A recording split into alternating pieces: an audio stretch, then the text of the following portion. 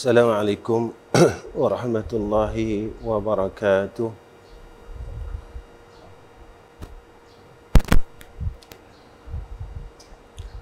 Alhamdulillahi rabbil alamin wal aqibatu lil muttaqin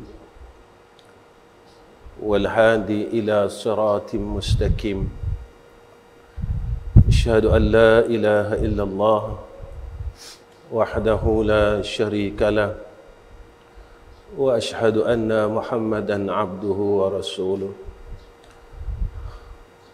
Allahumma lakal hamdu wa ilaikal mustaka wa antal musta'an wa la hawla wa la quwwata illa billahil aliyyil azim.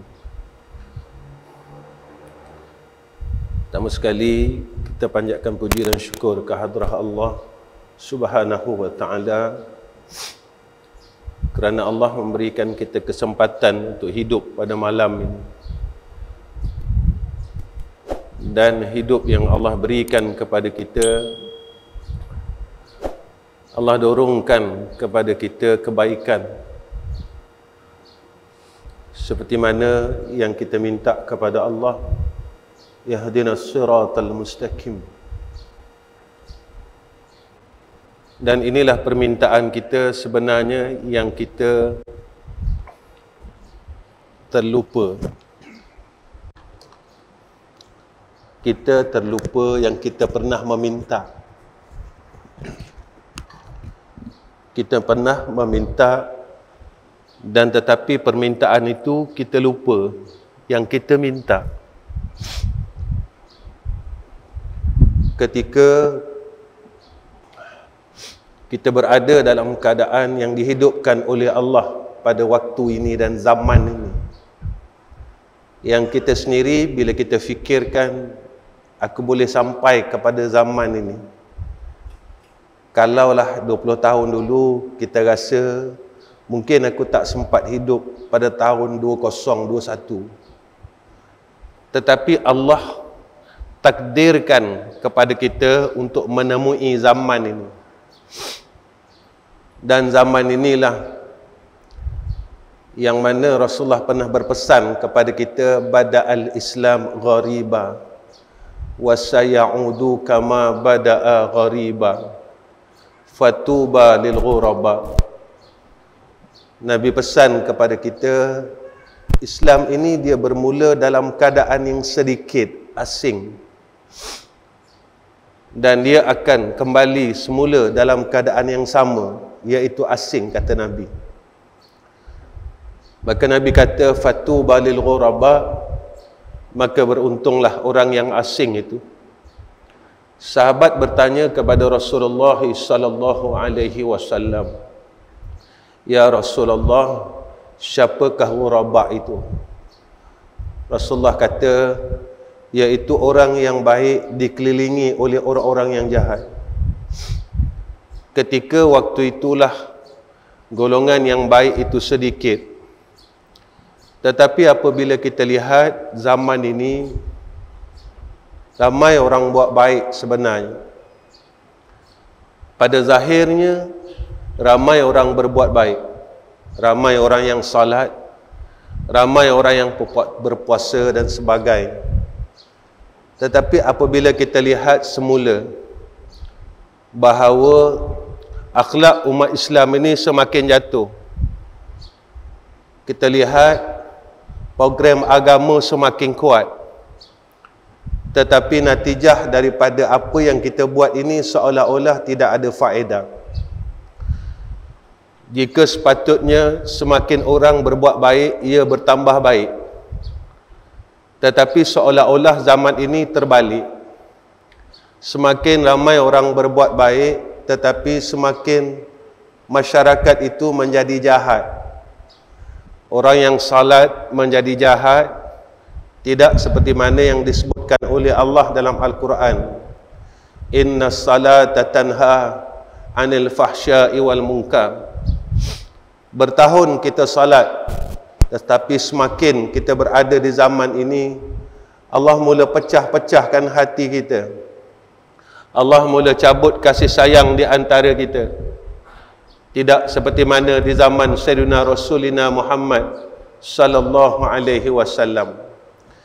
Sebab itu tuan-tuan, zaman ini jika mana kita ingin selamat, apa yang disebutkan oleh ulama, kita kena ada beberapa perkara dalam diri kita.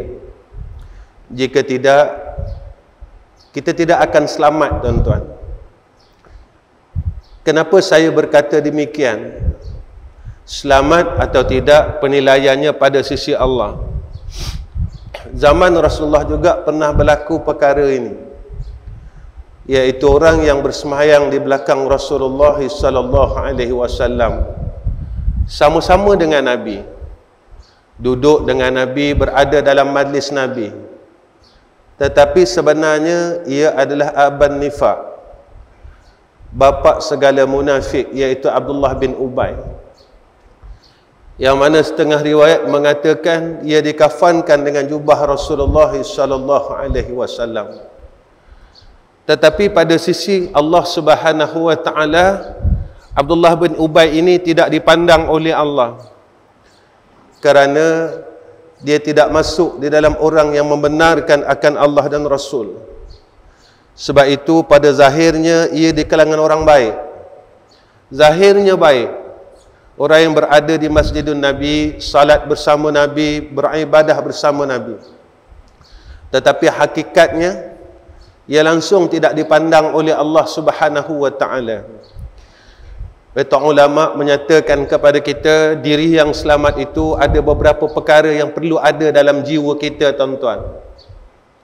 Yang pertama disebutkan oleh ulama, iaitu seperti mana yang Allah nyatakan dalam Al-Quran, yaumala yanfa'u malun wala banun illa man atallaha biqalbin salim, iaitu orang yang hatinya sejahtera, kata Allah.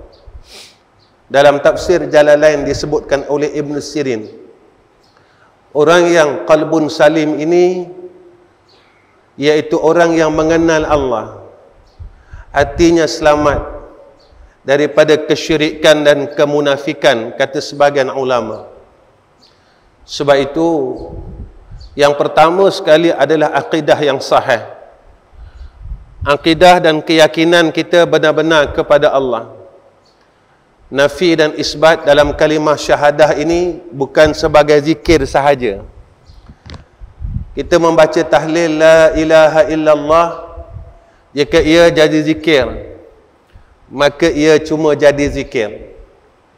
Tetapi kalau kalimah la ilaha illallah itu dijadikan zikir dan akidah, maka ia menjadi satu penerimaan pada sisi Allah Subhanahu wa taala. Golongan munafikun juga berkata la ilaha illallah, tetapi mereka tidak mengambil, menjadikan la ilaha illallah itu sebagai akidah. Golongan munafikun juga mereka berzikir la haula wala quwwata illa billahil aliyil azim, tetapi tidak menjadikan satu akidah, la haula wala quwwata illa billahil aliyil azim. Golongan-golongan yang mensyirikkan Allah, mereka juga bertasbih subhanallah, tetapi mereka tidak menjadikan akidah tasbih itu sebagai akidah. Maksud saya, tuan-tuan, subhanallah ini maknanya maha suci Allah daripada segala sifat kekurangan. Kita cuma melafazkan subhanallah, tetapi kita masih bertaut, berpegang, bergantung pada selain daripada Allah Subhanahu wa taala. Kita meletakkan ada selain Allah yang bersifat dengan sifat kaya, bersifat istighna dan iftiqar. Lalu kita masih belum dapat meletakkan nafi dan isbat pada tempat yang sebenar. Hati kita belum lagi salim dengan kesyirikan dan kemunafikan kepada Allah Ta'ala. Lalu perkara ini hanya menjadi kalimah, tidak menjadi akidah. Sebab itu Allah Subhanahu wa taala melalui lisan Sayyidina Rasulina Muhammad sallallahu alaihi wasallam mendidik kita. Seawal kita di alam roh dulu, kita ditanya tentang Allah. Alastu bi rabbikum. Dan seawal kita masuk ke alam barzah, kita ditanya tentang Allah. Man rabbuka. Malaikat tidak bertanya berapa anak kamu dan cucu kamu. Malaikat tidak bertanya berapa banyak duit yang kamu tinggalkan dalam simpanan kamu. Malaikat tidak bertanya berapa banyakkah tanah dan luasnya tanah kamu. Tetapi yang malaikat tanya pada awalnya, siapakah Tuhan kamu? Adakah masa di dalam hidup kita mula melupakan Allah dengan kehidupan di sekeliling kita? Kita lupa dengan nikmat-nikmat yang Allah kurniakan kepada kita, sehingga kita meletakkan selain Allah ini sebagai Tuhan. Kita bergantung dengan harta, kita bergantung dengan orang. Sebab itu tuan-tuan, apabila ilmu hanya menjadi ilmu, inilah perkara yang disebutkan kepada kita oleh hukama, iaitu apabila Allah nak hinakan seseorang itu, maka diberikan kepadanya ilmu, tetapi dicabut akan rasa takut kepada Allah Subhanahu wa ta'ala. Kita belajar tuan-tuan, Allah itu bersifat dengan wujud, tetapi kita tak pernah rasa ada Allah. Seperti mana yang disebut oleh Sayyidina Rasul tentang hadis ihsan. An ta'budallah ka'annaka tarahu fa illam yakun tarahu fa illam takun tarahu fa innahu yaraka. Kita tak rasa tentang apa yang disebut oleh Sayyidina Rasulina Muhammad sallallahu alaihi wasallam. Tetapi tuan-tuan, kita merasakan ada makhluk Allah. Saya bagi contoh begini tuan-tuan. Kita letakkan duit di dalam poket kita tuan-tuan, RM1,000. Kita yakin tak untuk kita masuk ke pasar raya untuk beli suatu perkara? Kita yakin tuan-tuan, kita berani masuk pasar raya, kita nak beli beras, nak beli ini, nak beli itu. Sebab apa kita yakin tuan-tuan? Sebab kita rasa kita ada duit. Di poket kita, kita ada RM1,000. Kita pergi sini, kita pergi sana, kita yakin tuan-tuan. Sebab kita ada, rasakan kita ada RM1,000. Kita tak tengok duit kita, kita tak pegang duit kita, tapi kita rasa kita ada duit. Kenapa bertahun kita belajar Allah bersifat ada, Allah wajib bersifat wujud, kita tak pernah merasakan ada Allah? Yang disebutkan oleh ulama di dalam kitab Qatrul Ghasyiyah fi ilmi Sufiyah berkenaan dengan ma'iyah, rasa bersama Allah. Ainama kuntum fathamma wajhullah. Dimanapun kita berada, kita akan melihat, bertemu, nampak, rasa akan kebesaran Allah Subhanahu wa ta'ala. Tuan-tuan, saya minta maaf apa yang saya cakap ini, jika salah tuan-tuan tolong betulkan. Kita marah kepada orang yang berpegang Allah itu bertempat. Orang pegang Allah bertempat, diletakkan suatu tempat, kita marah tuan-tuan. Tetapi dalam secara tidak langsung, kita juga meletakkan Allah itu bertempat. Kita tidak meletakkan satu tempat yang khusus, tetapi secara tidak langsung kita meletakkan Allah bertempat dan bermasa. Apa yang saya nak sampaikan? Kenapa sewaktu kita berada di tanah haram, kita rasa takut dengan Allah? Apakah kita tidak meletakkan Allah bertempat? Kita tak cakap, tetapi akidah kita pegang begitu. Jadi bila kita melihat keadaan itu, maka seolah-olah sama pegangan kita. Cuma mereka golongan ini mengatakan sedemikian. Mereka berani mengatakan Allah itu bertempat. Kita tidak berpegang Allah itu bertempat, tetapi kita beramal Allah itu bertempat. Kita meletakkan sewaktu kita berada di Makkah dan Madinah, ketika itu kita rasa takut nak buat jahat, kita rasa patut nak buat amal saleh, kita rasa jika aku buat maksiat dan buat kejahatan, Allah akan balas secara cepat pada ketika itu. Apakah kita juga tidak menyamai mereka itu? golongan-golongan yang salah, golongan-golongan yang sesat. Kita juga tidak berpegang bahawa Allah itu bermasa, tetapi dalam suatu masa, suatu keadaan, kita apabila berhajat kepada Allah, barulah kita ini bergantung kepada Allah.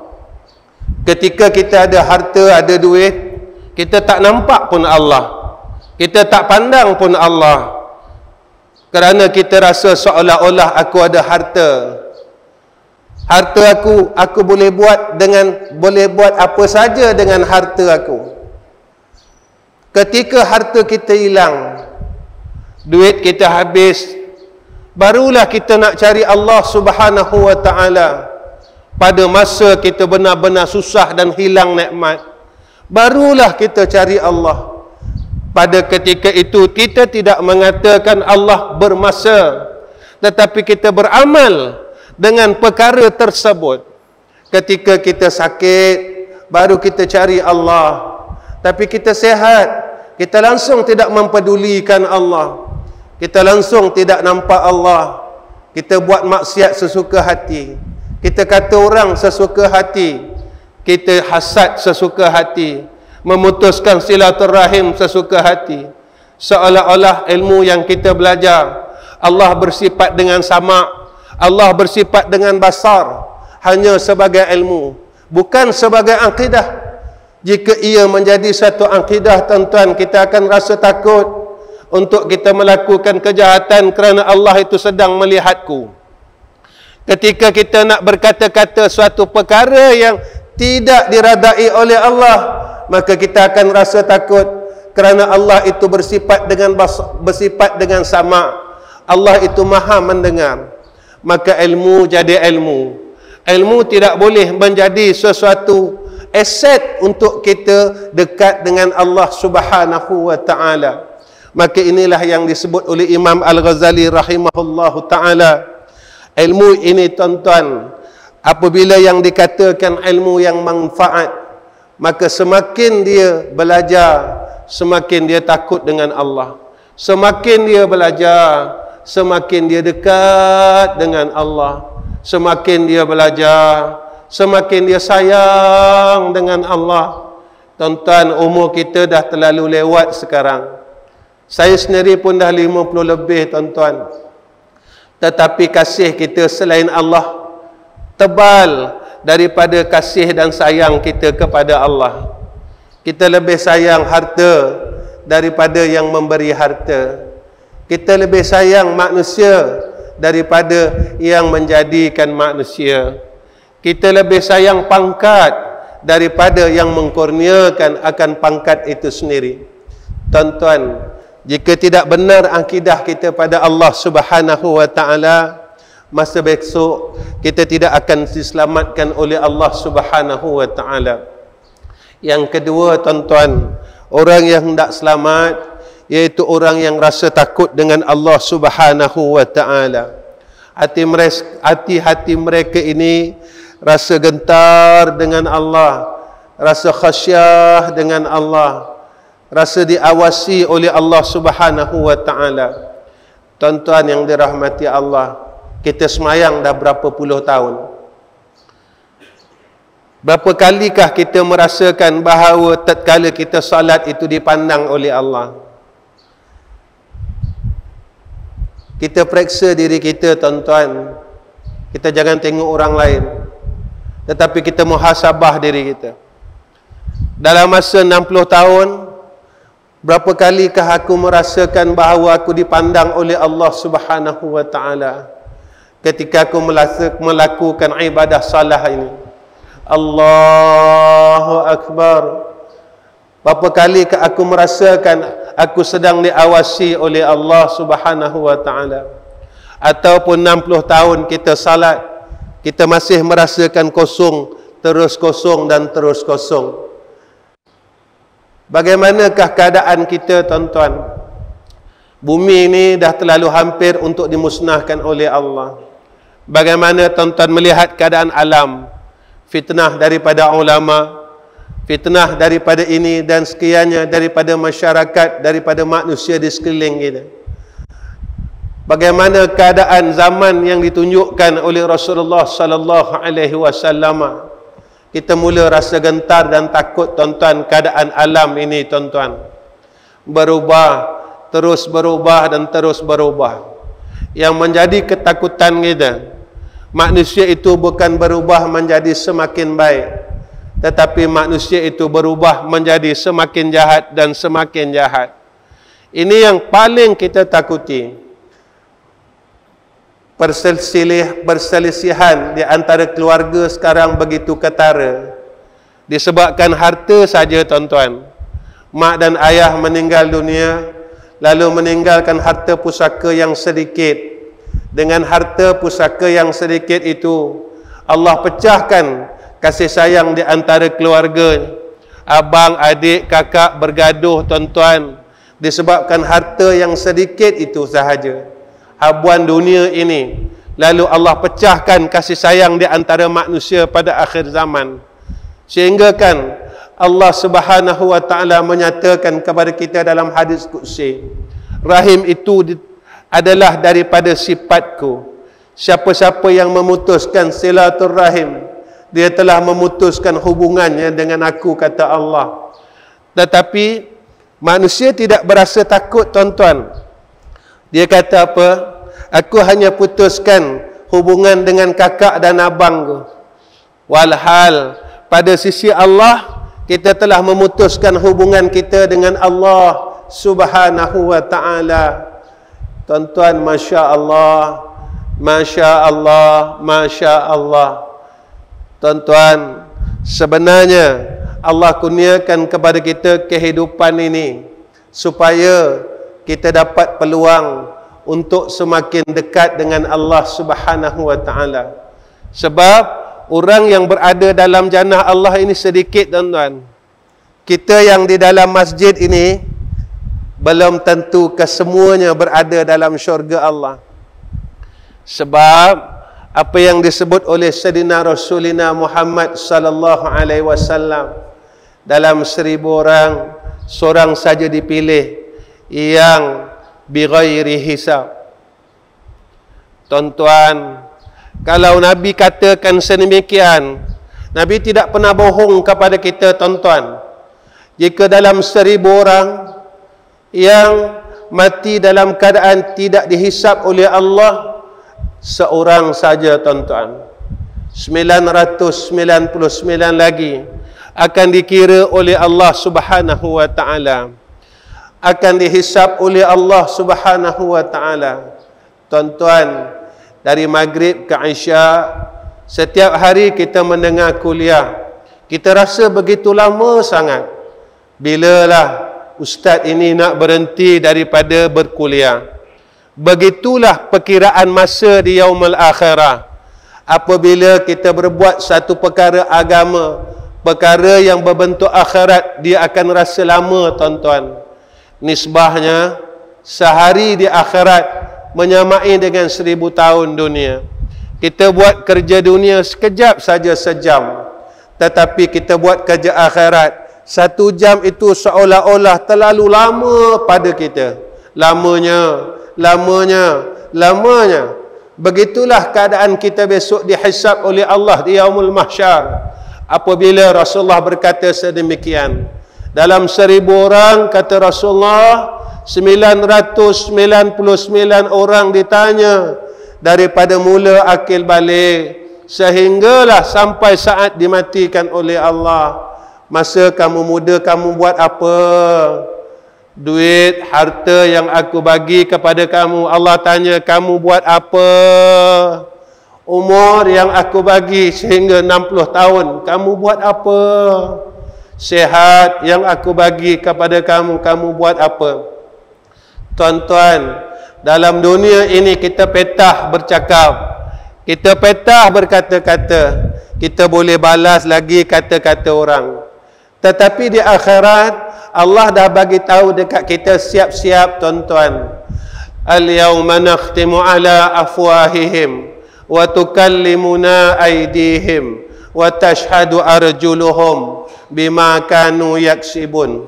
Daripada kita umur 15 tahun, apa yang pernah kita buat zaman muda kita, malaikat yang mencatat amalan kita kanan kita. Setiap kita buat baik ditulis. Setiap kejahatan kita tuan-tuan ditulis. Tidak padam tuan-tuan, tidak hilang tuan-tuan. Daripada umur kita 15 tahun, 15 tahun dosa kita dicatat oleh malaikat yang berada di kiri kita.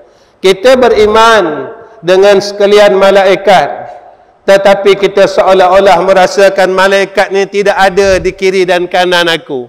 Kita buat ikut suka kita tuan-tuan. Kita nak buat jahat tuan-tuan, kita tak fikir malaikat sedang tulis apa yang aku buat.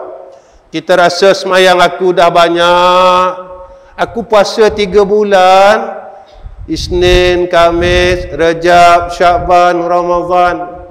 Siapalah di antara kita yang berani mengatakan daripada 1 Januari 2021 saya tidak mengumpat sehingga sekarang? Siapakah yang berani di antara kita yang berani mengatakan saya daripada 1 Januari 2021 sehinggalah hari ini saya tak pernah mengumpat, Ustaz?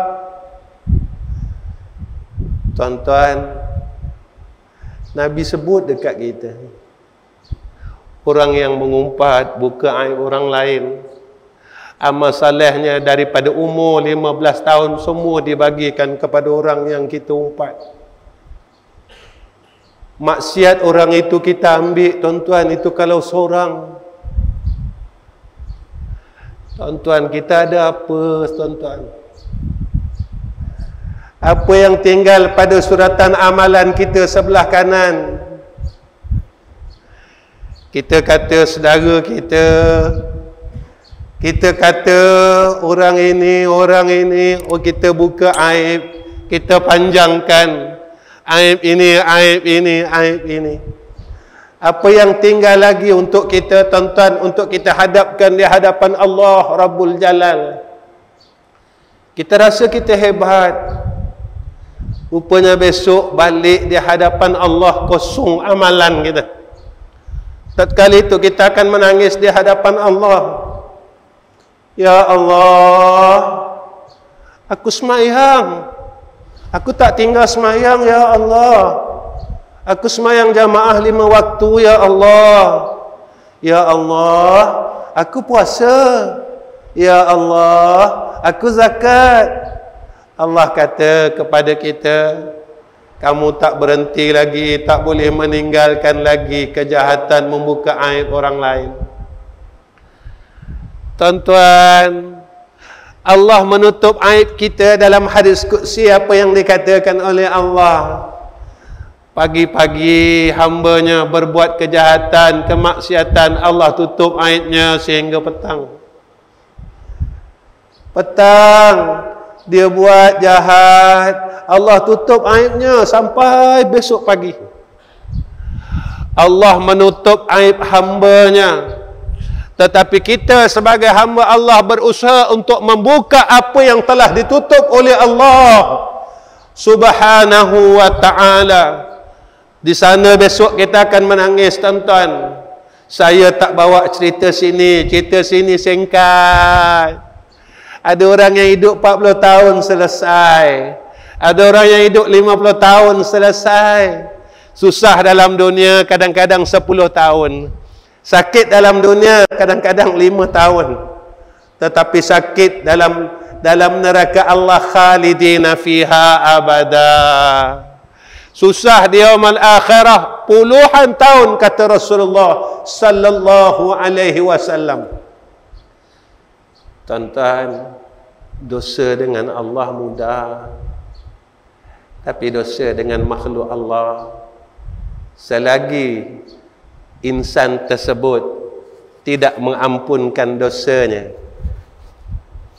tidak mengampunkan dosa kita, selagi itulah kita tak boleh masuk dalam syurga Allah Subhanahu wa ta'ala.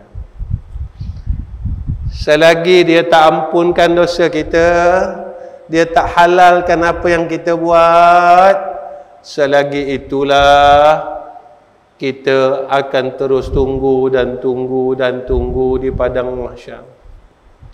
Kita akan menjerit di hadapan Allah, ya Allah, bila aku boleh masuk ya Allah? Bila aku boleh masuk syurga ni ya Allah? Allah kata, kamu tak boleh lagi masuk syurga. Ada orang yang nak tuntut kamu lagi. Ada orang yang nak dakwa kamu lagi. Masa kamu kerja dulu, kamu khianat dengan majikan kamu nak tuntut kamu. Masa kamu berniaga, kamu tipu orang lain, orang itu datang tuntut kamu. Kamu khianat, kamu tidak adil, kamu ada buat ini, semua orang datang tuntut kita, tuntut sehingga amal soleh kita habis, zikir kita habis, sembahyang malam kita habis, puasa sunat kita habis, lalu Allah campak kita dalam neraka Allah. Malaikat tarik kita, tuan-tuan. Kita sangka kita ahli syurga Allah, sebab kita rasa masa hidup kita orang masjid. Tetapi kita terlupa dengan kesalahan-kesalahan yang kita telah lupakan semasa hidup kita. Inilah, tuan-tuan, yang ditakuti oleh para salafus salih. Tuan-tuan, orang yang selamat, apa kata ulama, iaitu hati mereka ini sentiasa lembut dengan Allah. Hati mereka lembut dengan Allah, tuan-tuan. Kenapa hati mereka lembut? Nabi kata apa, tuan-tuan? Kerasnya hati itu disebab dosa yang terlalu banyak. Bila dosa kita banyak, hati kita keras. Tuan-tuan, kita nak bangun sembahyang sunat pun kita tak mampu, tuan-tuan. Tapi kita tak pernah rasa rugi. Kita tak pernah rasa, ya Allah, ruginya aku, ya Allah. Umur aku dah 50 lebih, ya Allah. Aku tak mampu nak bangun malam lagi, ya Allah. Aku tak mampu lagi nak sujud kepada Engkau pada 2/3 malam. Walhal, setiap minggu kita diingatkan oleh imam, tuan-tuan, setiap pagi Jumaat. Allah ingatkan kita setiap pagi Jumaat. Tatajafa junubuhum anil madaji yad'una rabbahum khawfan wa tama'a wa mimma razaqnahum yunfikun. Allah sebut lagi, fala ta'lamu nafsum ma ukhfiya lahum. Tak ada siapa tahu rahsia yang Allah sembunyikan, kata Allah. Orang yang dapat bangun pada 2/3 malam. Kita nak cakap apa, tuan-tuan? Saya lemah, ya Allah. Kamu boleh berurusan dengan urusan dunia, kamu tak lemah pun.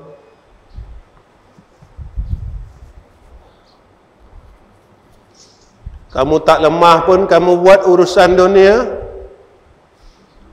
Kamu sanggup musafir puluhan, ratusan kilometer kerana urusan dunia saja, tuan-tuan.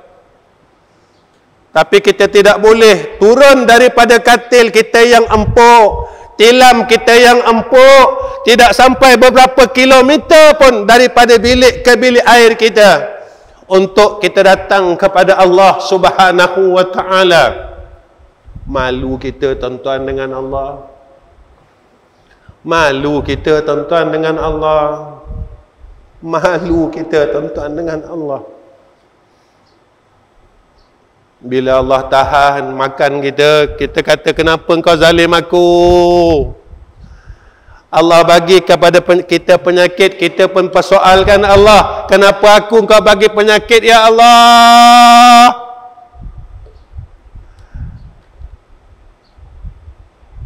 Kita tak pernah persoal boleh bangun malam.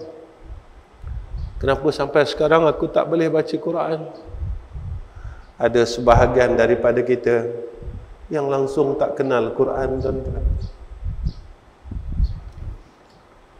Yang langsung tak boleh baca ayat Quran, tuan-tuan.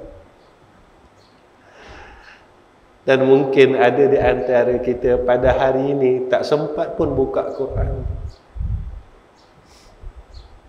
Tapi kita sempat buka telefon kita.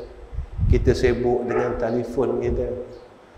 Tapi Allah jauhkan kita daripada kalam dia. Kita boleh baca ribuan kalam manusia pada hari ini. Grup WhatsApp kita baca. Tetapi satu ayat daripada kalam Allah pada hari ini kita tidak mampu untuk ungkapkan, tuan-tuan. Kita tak mampu nak baca kalam Allah. Tapi hari ini ratusan dan ribuan kalam manusia kita baca dan terus baca. Kita tak sedar Allah tak tinggalkan kita, tetapi kita sendiri yang meninggalkan Allah sedikit demi sedikit. Kita tinggalkan Allah. Allah bagi kita makan, tuan-tuan. Allah bagi kita tidur cukup masanya. Allah bagi kita ruang rehat yang panjang. Tetapi apa aku buat dan aku balas untuk Allah? La in syakartum la azidannakum wa la in kafartum inna azabi lasyadid. Mulut kita pada hari ini, kalau kita tanya, wahai Ahmad Rizam bin Ghazali, berapa banyakkah asma Allah yang kau sebut? Berapa banyakkah kalimah Allah yang Ahmad Rizam ini sebut pada hari ini? Ataupun kita guna mulut kita untuk bersembang hal dunia yang tidak sudah-sudah sehingga akhir ini. Kita cakap benda yang sama. Kita tak mampu pun, tuan-tuan. Tuan-tuan, besok kalau kita mati, tak ada siapa boleh tolong kita. Anak kita tak mampu bantu kita, tuan-tuan. Sebab itulah dalam kuliah saya selalu sarankan kita ada mulut ni, tuan-tuan, dan Allah bagi kita hidup ni, tuan-tuan. Kita kumpullah amalan kita sendiri untuk kita mudah masuk dalam kubur. Apa salahnya, tuan-tuan, mulai daripada hidup ini kita mula baca suratul Ikhlas sebanyak-banyaknya. Sebab itu tok guru kita dulu, mereka himpun suratul Ikhlas 100,000, tahlil 100,000, selawat 100,000. Kita tanya, kenapa tuan guru baca ni? Apa dia kata, tuan-tuan? Besok bila aku mati tak ada orang nak baca untuk aku. Tetapi aku kena buat untuk diri aku sendiri. Kita nak harapkan anak kita, tuan-tuan, Masya Allah, kita tengok anak-anak di sekeliling kita. Boleh ke mereka bantu kita, tuan-tuan? Tuan-tuan, balik ni kita renung anak-anak kita, tuan-tuan. Kita renung anak-anak kita. Besok kalau aku mati, boleh tak anak aku bacakan, khatamkan Al-Quran untuk aku? Kita tengok menantu kita. Kita tengok anak kita. Adakah tuan-tuan yakin mereka boleh tolong kita selepas kita pejam mata? Ataupun kita tidak yakin mereka boleh tolong kita selepas kematian kita? Jika kita tidak yakin, tuan-tuan, kita bertindaklah sekarang supaya kita tidak dirugikan oleh Allah Subhanahu wa ta'ala. Tuan-tuan,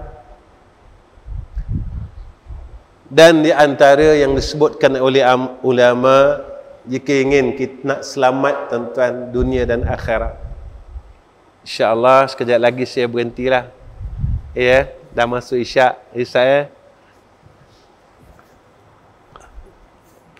apa kata ulama, iaitu hati mereka ini tuan-tuan sentiasa rasa bergetar dan melazimkan bertaubat kepada Allah Subhanahu wa taala.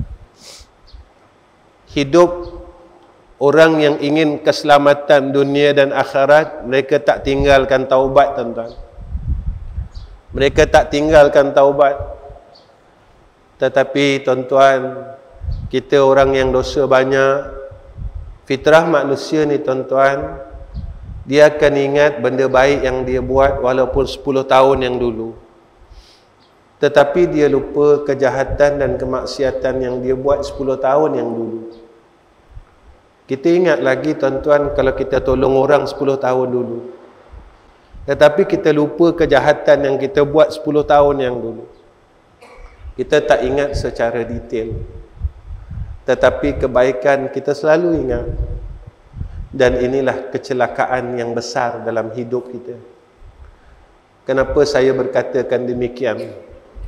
Sebenarnya tuan-tuan, bila kita melihat pada alam ini, kita akan rasa takut tuan-tuan. Apa yang berlaku di sekitar kita. Tuan-tuan kalau tengok di Makkah dan di Madinah, tuan-tuan akan rasa takut. Tuan-tuan akan rasa takut ni, ya Allah. Apa yang disebut oleh Rasulullah itu berlaku satu-satu. Satu dan satu. Tuan-tuan akan nampak perubahan yang besar. Perubahan demi perubahan yang besar.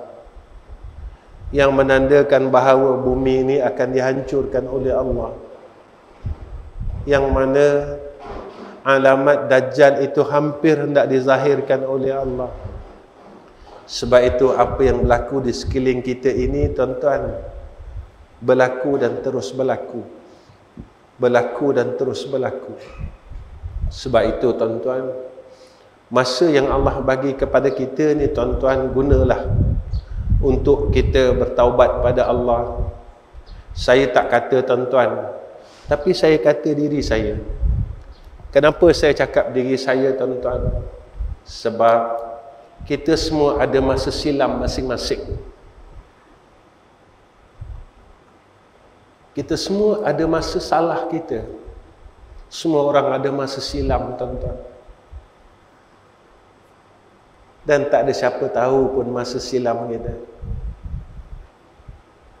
Kita seorang yang tahu masa silam kita. Tuan-tuan, apa yang perlu kita fikirkan, ya Allah, Kau dah ampunkan ke dosa aku yang aku buat masa muda aku dulu. Ya Allah,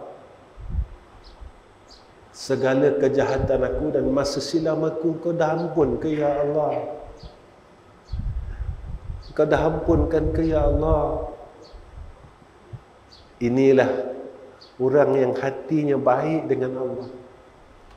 Dia tak memandang kebaikan dia, amal salehnya, tetapi yang dia pandangnya dosa dan maksiatnya yang dia buat. Pada waktu dia muda, dia sihat dulu. Dia akan selalu melazimi akan taubat. Sehinggalah dia pejamkan matanya sebagai golongan at-taibun. Orang yang bertaubat kepada Allah Subhanahu wa ta'ala. Tuan-tuan yang dirahmati oleh Allah Subhanahu wa ta'ala. Saya rasa cukup setakat ini pertemuan saya dengan tuan-tuan. Cukuplah tuan-tuan, ya, masa yang saya dapat berikan kepada tuan-tuan. Cuma pada akhir kuliah saya ini tuan-tuan, saya tinggalkan kepada tuan-tuan satu ta'awuz, iaitu kita minta supaya Allah tidak kurniakan kepada kita istidraj. Sebab kita takut Allah bagi kita nikmat, kita semakin jauh dengan Allah. Sebenarnya tuan-tuan, kita selalu tengok zahir diri kita, tetapi kita terlupa batin diri kita. Kita semayang, tetapi hati kita makin sombong, makin hasad, makin besar diri, makin tidak menerima takdir Allah. Sebab itu penyakit batin ini tak siapa yang kesian. Penyakit zahir orang kesian tuan-tuan. Kita kena COVID, semua orang kesian, dia positif. Tetapi sifat takabur yang positif dalam jiwa kita tak siapa kesian. Sifat riak dalam positif dalam hati kita tak siapa kesian. Sifat bangga diri dalam diri tak ada siapa kesian. Tak ada siapa nak ucapkan takziah. Rupanya zahir kita nampak dekat, tetapi batin kita semakin jauh dengan Allah. Sebab itu yang nak merasakan amalan zahir ini mata batin tuan-tuan. Khusyuk itu batin, rasa manis itu batin, rasa seronok itu batin, rasa menyesal itu batin, rasa salah itu batin. Itulah qalbun, hati kita. InsyaAllah tuan-tuan, saya bacakan 3 kali. Mudah-mudahan Allah pelihara kita daripada ketentuan yang tidak baik, dan Allah pelihara kita daripada istidraj. Saya baca 3 kali tuan-tuan. Allahumma inni a'udzu bika minal makri wal istidraj. Allahumma inni a'udzu bika minal makri wal istidraj. Allahumma inni a'udzu bika minal makri wal istidraj. Mudah-mudahan kalau kami di madrasah, kami akan baca lepas maghrib 3 kali dengan anak-anak semua, dengan pelajar kami. Lepas subuh kami akan baca 3 kali. Kita minta dengan Allah, ya Allah, lindungilah kami daripada ketentuan Kau, perancangan Kau yang tak baik atas kami. Ya Allah, nikmat-nikmat yang Kau bagi kat kami bukan menjadi asbab kami tambah jauh dengan Kau, ya Allah.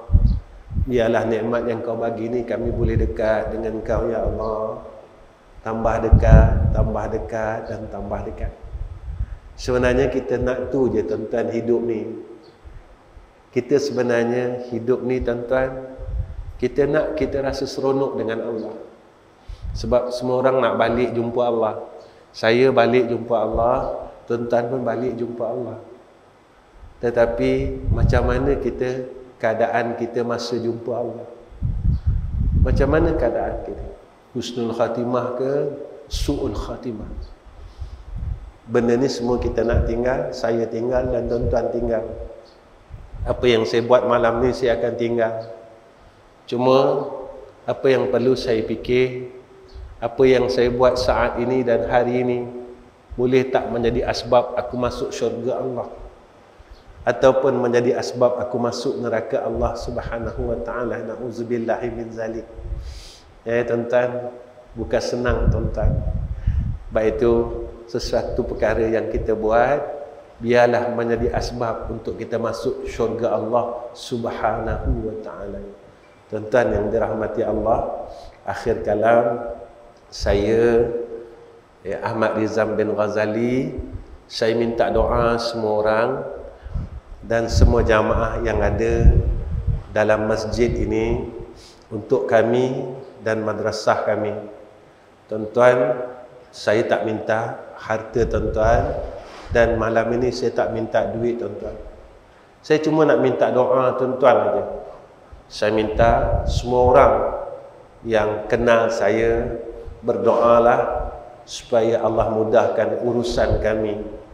Dan jika mana perkara yang kami buat ini menjadi asbab untuk kami boleh masuk syurga Allah, tolonglah Allah berikan kekuatan untuk kami melaksanakan perkara-perkara ini. Dan tuan-tuan tolong doa bahawa supaya Allah keluarkan saya daripada neraka Allah. Ya tuan-tuan, saya minta tu je, saya tak minta lain. Dan tuan-tuan tolong doa apa yang kami buat, insya-Allah dengan takdir Allah Ta'ala yang saya sendiri tak tahu, ya, saya buka satu madrasah lagi di Kuala Terengganu. Tuan-tuan, sebenarnya saya tak berhajat pun untuk buka madrasah tuan-tuan. Saya takut masyarakat jadi keliru, kerana saya memang dah ada 2 madrasah sebelum ini di Selangor. Satu untuk laki-laki dan satu untuk perempuan. Saya tak berhajat pun tuan-tuan. Tetapi tidak ada siapa boleh melawan takdir Allah. Sebelum saya menerima wakaf daripada hamba Allah di Kuala Terengganu ini tuan-tuan, sebenarnya ramai jamaah yang memberikan wakaf tanah kepada saya, tetapi saya tak terima tuan-tuan. Hampir 20 orang yang memberikan wakaf tanah kepada saya tuan-tuan di seluruh negara. Saya tak terima dan saya tak pernah terima pun. Sebab alasan saya telah ada 2 madrasah dan apa keperluan saya untuk membina madrasah lagi. Dan Masya Allah, dan saya tak tahu takdir Allah. Sehinggalah seorang hamba Allah di bumi yang mulia ini, bumi Kuala Terengganu ni tuan-tuan, minta sangat, Ustaz terimalah tanah ni tuan. Terimalah Ustaz. Dan berkali-kali saya menolak sebenarnya tuan-tuan. Dan kalau saya tipu, ada sahabat kita menjadi saksi, iaitu Din Al-Barakah ini, yang sama-sama dengan saya tatkala pertemuan itu. Saya tolak tuan-tuan, tidak ada keperluan. Tetapi ada satu perkataan yang membuatkan saya nangis tuan-tuan. Bila dia mengatakan, Ustaz, saya percaya Allah akan bantu Ustaz dan Allah akan tolong Ustaz. Pada ketika itu saya menangis tuan-tuan. Saya nangis. Saya cakap dengan Tuan Ana, saya kata, Ji, kaki saya sebelah telah berada dalam neraka Allah Subhanahu wa Ta'ala. Tolonglah doa supaya Allah keluarkan kaki saya sebelah ini daripada neraka Allah Subhanahu wa Ta'ala. Kerana menerima amanah itu satu beban yang besar, satu perkara yang berat, kata Imam Al-Ghazali rahimahullahu ta'ala. Tuan-tuan, saya tak minta simpati tuan-tuan. Tuan-tuan, saya tak minta duit tuan-tuan pada malam ini. Saya tak minta harta tuan-tuan. Tuan-tuan jangan risau. Tapi apa yang saya minta kepada tuan-tuan pada malam ini sebagai seorang saudara Islam, saya minta tuan-tuan tolong doa lah. Alhamdulillah, ya, penyerahan tanah itu telah berlaku dalam masa 2 bulan ini. Dan alhamdulillah, insya-Allah dalam bulan ini semua proses akan selesai.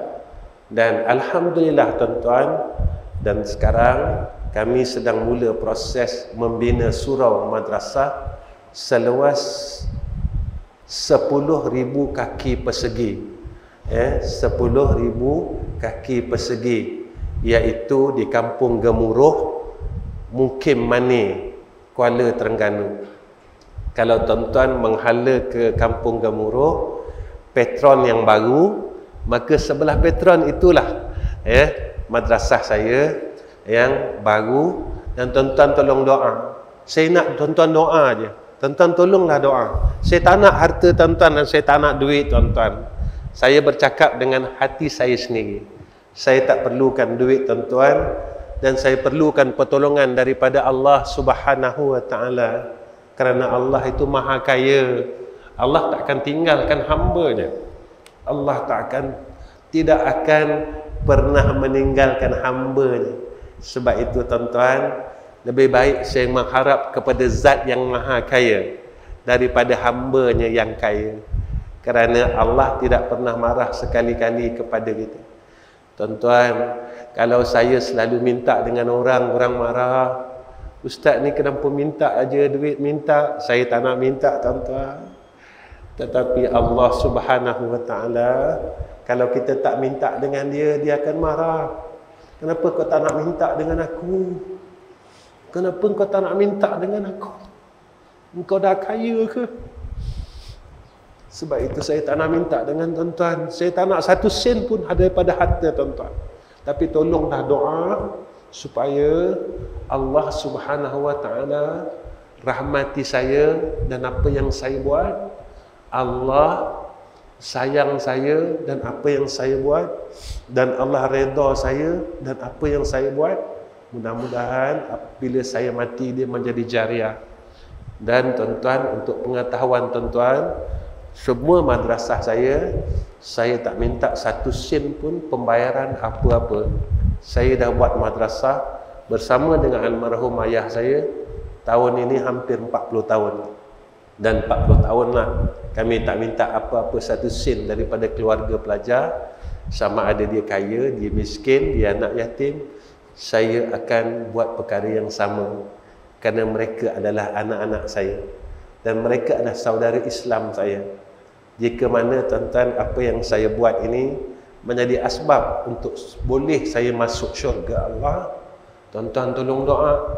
Mudah-mudahan saya istiqamah dan Allah redha saya, Allah sayang saya, dan saya dapat mati husnul khatimah. Wa akhirul kalam, assalamualaikum warahmatullahi wabarakatuh. Bismillahirrahmanirrahim. Alhamdulillahirabbil alamin, wassalatu wassalamu ala asyrafil anbiya'i wal mursalin wa ala alihi washabbihi ajma'in. Ya Allah, Ya Rahman, Ya Rahim, kami semua dalam masjid ini hamba-Mu yang lemah, Ya Allah. Ya Allah, kami tak ada kekuatan, Ya Arhamar Rahim, dalam melakukan kebaikan, ketaatan. Dan kami tak kuat, Ya Allah, untuk meninggalkan kejahatan dan kemaksiatan. Kami mengakulah, Ya Allah, kami salah, kami jahat, Ya Allah, pada sisi Engkau. Ya Allah, jadilah kami akan hamba-Mu yang baik. Maafkanlah, Ya Allah, salah-salah kami, Ya Allah.